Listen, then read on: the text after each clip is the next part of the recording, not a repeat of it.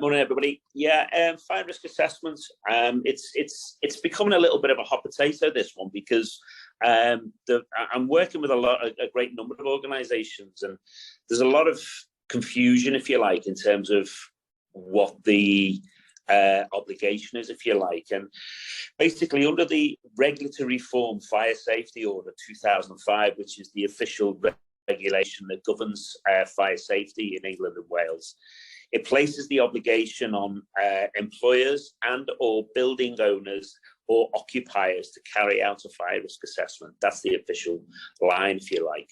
And this also must be kept up to date. We've had a couple of incidents, or I've been involved in a couple of incidences where there was the potential of fire, and it wasn't until that fire raised its head, if you like, and then people started looking at their lease agreements or their insurances to make sure that they had everything in place. And in some cases, it's been that their part of their lease agreement is that they should carry out a fire risk assessment, amongst other things. So I think it is important to think about it. And there's basically 9 points. And I think Dan, if you can bring that slide up, there's 9 points really that you need to factor in when you're thinking about your fire risk assessment. And I know for some of my clients and some of the people that are here, I have already carried out a fire risk assessment for you. So, but that doesn't mean that you just rest on your laurels and you think everything's okay. So, obviously, the first point there is carry out the fire risk assessment itself, and it doesn't have to be anything too arduous. It's just making sure that you factor in everything that you need to consider with your building, what your operation is, what you store, and how you operate. And obviously, the second point there, keeping sources of ignition and flammable materials separate, sounds common sense, but it's quite often when you go into storerooms or storage areas, people, the tendency is, we'll just put that in the storeroom. We'll come to that at another time, and then it just stays there, and it can potentially be an issue. The other big one that I see a lot of is obviously a lot of businesses, a lot of offices in particular, have a lot of portable heaters. And quite often they're plugged in and have got to be turned off or unplugged. And it's obviously, making sure that you've got a system in place to make sure that those are switched off and tucked away, and they're not put against anything that would actually catch fire. Believe it or not, I have seen that as well. The other one is, and I think this is a little bit of confusion, consider how to detect fires and how you alert people. Everybody thinks they have to go down the road of having an all singing, all dancing fire alarm system with detectors and things like that. And it's not that. It's not that at all. It is just having something that is practicable and is obviously fit for purpose in terms of being able to detect fires, obviously your own alertness and your own ability to highlight to identify that is important, but you've got to factor in there how are you going to do that. Having the right equipment to fight fires if it's necessary. I've had a couple of occasions now where I've done fire risk assessments, and within the workplace they've had the incorrect fire extinguishers. So it's important that you make sure you have the right extinguishers in situation for the right kind of fire. For instance, don't use water on electrical fires. Sounds common sense, but quite often you see the wrong extinguisher in the situation where that fire could exist. So making sure that you have the right equipment is important. Obviously, the next point there, keeping exits and escape routes clear and unobstructed, and have them clearly marked. Again, it's a requirement that it should be illuminated and the sign should be obvious for everybody, and everybody knows what the route is. And ensure any of your employees receive the appropriate training. That could be down to people who are designated fire marshals, understanding, like I said, what a fire extinguisher is used for fire is important, because that can be more detrimental if you use the wrong one. And making sure that it is practiced. You know, your evacuation procedures, your escape routes are well clear, and everybody's understanding of that.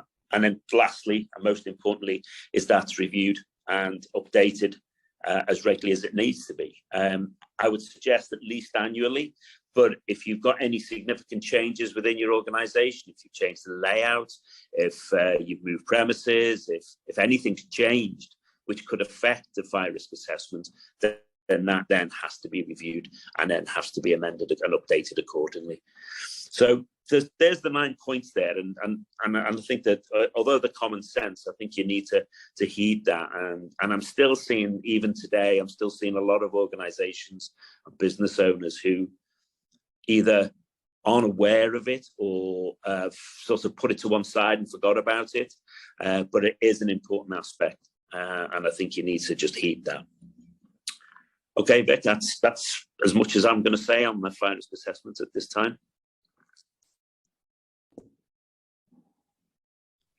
Okay, thanks, Colin. If anyone's got any questions on that, please do drop them in the chat and we will address them a little bit later on. I'll just pop one in, Colin, whilst I think of it.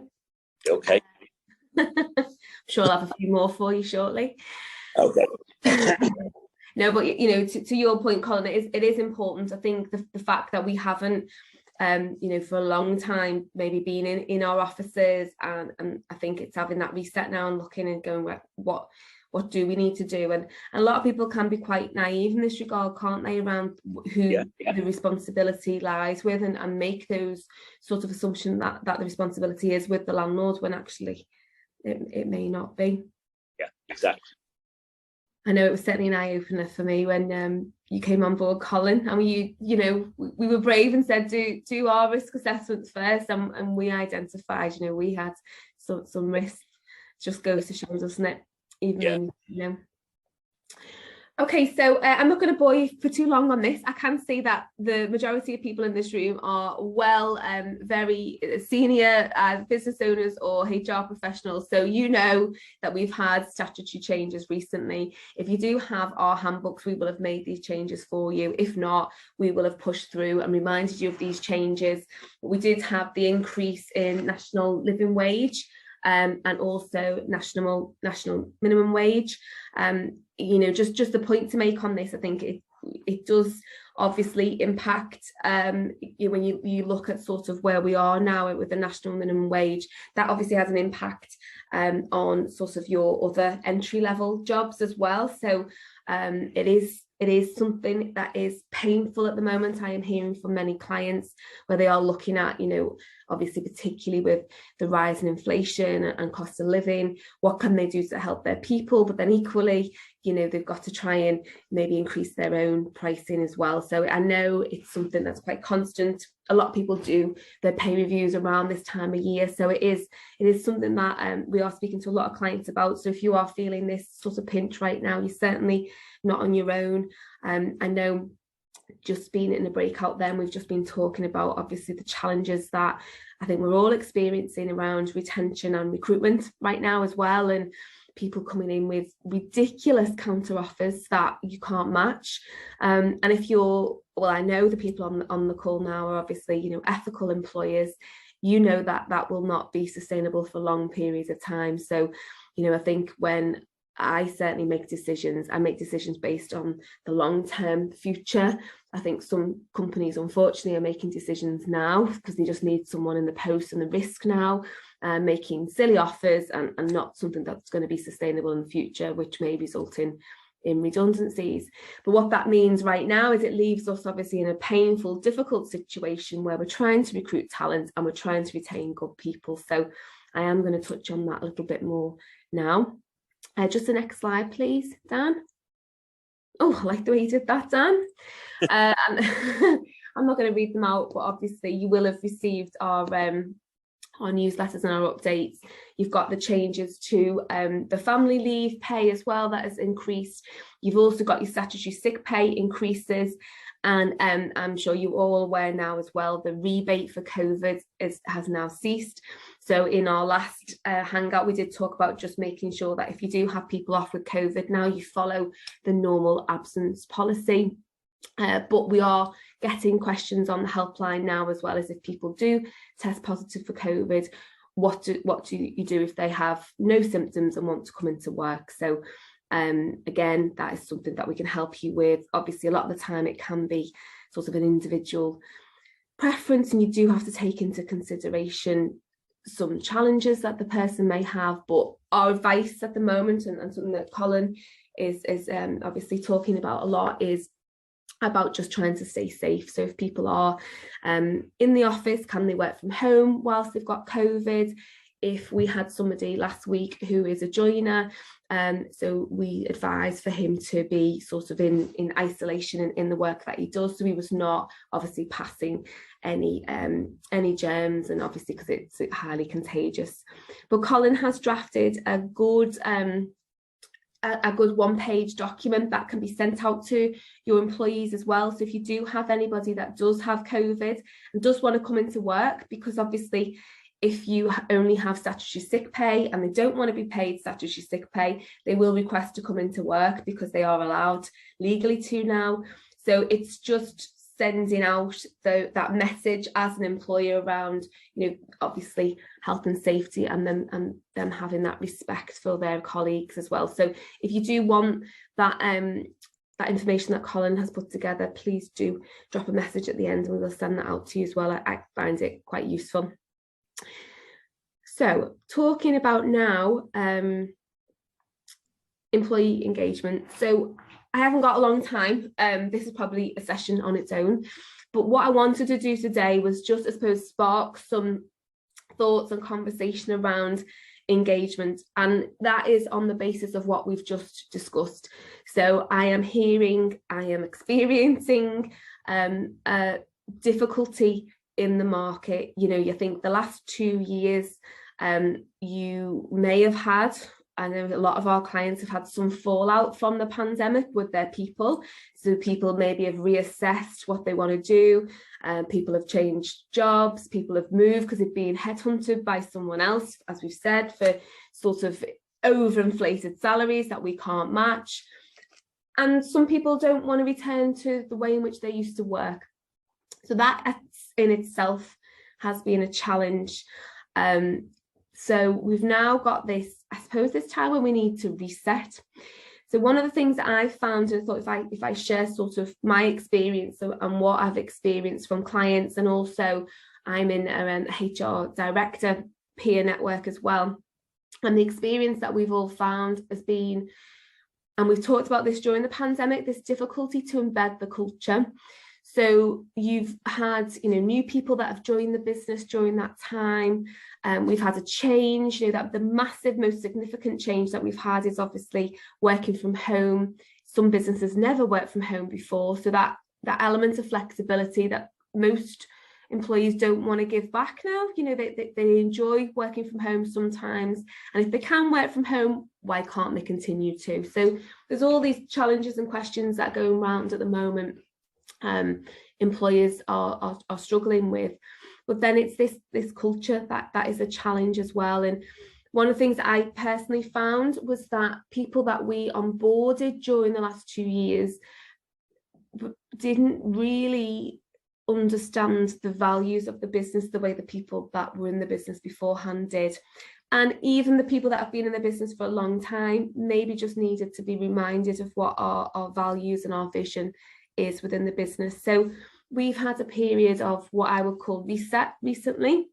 We've got an away day scheduled for June, and we are really going to spend a lot of time looking at our values. So it's just something, I don't know what you're doing, I'd love to know, I'd love you to share after we've spoken just around sort of what you're doing right now. But we certainly have done a piece around our values. We've linked back our awards to our values. And a great idea that I got I'm going to admit I stole from another HR director, is to look at having cultural architects. So in June, we have 4 values within our business. And in June, I am going to assign a person to each one of our values as the cultural architect. So they will be able to sort of carve out and educate our people on what the value is. And then also maybe we'll do like a month or a quarter where we'll be really focused on that value, just to really try and embed the culture again within the business, and you know, remind people of our why. So think if you've read Simon Sinek before and you talk about the how and the why of a business, we all know, you know, high performance provides HR and health and safety services, but why do we provide that? And that's what I've had to remind myself of, and obviously ensure that the people within the organisation understand what that why is. I think a really important thing to note here as well is things may have changed. So a lot of the people that I've spoken to, clients, you know, the consumers, think differently now. The way in which they buy may be different. The way in which they work is different. So we've got to adapt to that. I know we found that our face-to-face meetings have dropped off in comparison to what they were 2 years ago. So, you know, our consultants are not traveling the way they used to. And they are utilising Teams and technology a lot more, because that's the preference of the client. That's what the client doesn't want them to come into the office anymore. They want to do things via Teams, which is fine. But we've had to obviously look and work differently in that regard. And I'm sure you will all have experienced this, but it does a lot of the time mean that you will have to change processes and policies as well to reflect the change, because I think we've been through so much uncertainty for so long that nobody's really changed anything during that period of time, because we've waited.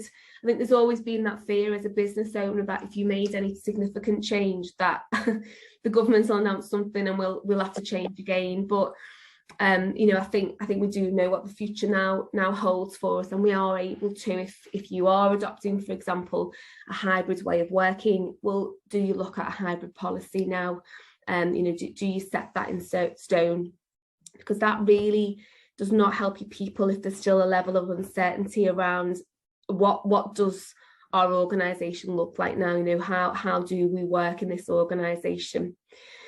So I do feel like today was just a session to talk a little bit around that reset now. You know, what I would suggest, if you haven't already, is look back at your vision, your values, your culture of your organisation. Is it right? Is it what it was? Does there need to be any changes? Great idea. We've got some people on the call now that do it anyway, but you know, there's surveys, maybe like a pulse survey, a staff survey that you could do online, leave it anonymous. You can do it via SurveyMonkey. We can help you with the questions if you want us to give you some guidance on some recommended engagement questions, but just start to get that feedback from your people around, you know, is it still a great place to work? And if not, what can be done to make those changes? And obviously, the idea that I can let you know how it goes. I can see some of my team now thinking, oh gosh, what cultural architect am I going to be? Well, I didn't see that in the job description, but I think that's a fantastic idea. I think it's a great way, rather than, for those people that know me well, you'll know that I really hate, it's a bugbear of mine if people have values that are just sat on a wall and they mean nothing to the organisation. You know, everybody's got to buy into those values. They should be at the beginning of the recruitment process. You need to recruit people to your values, and you need to ensure that that is within it, the whole employee life cycle.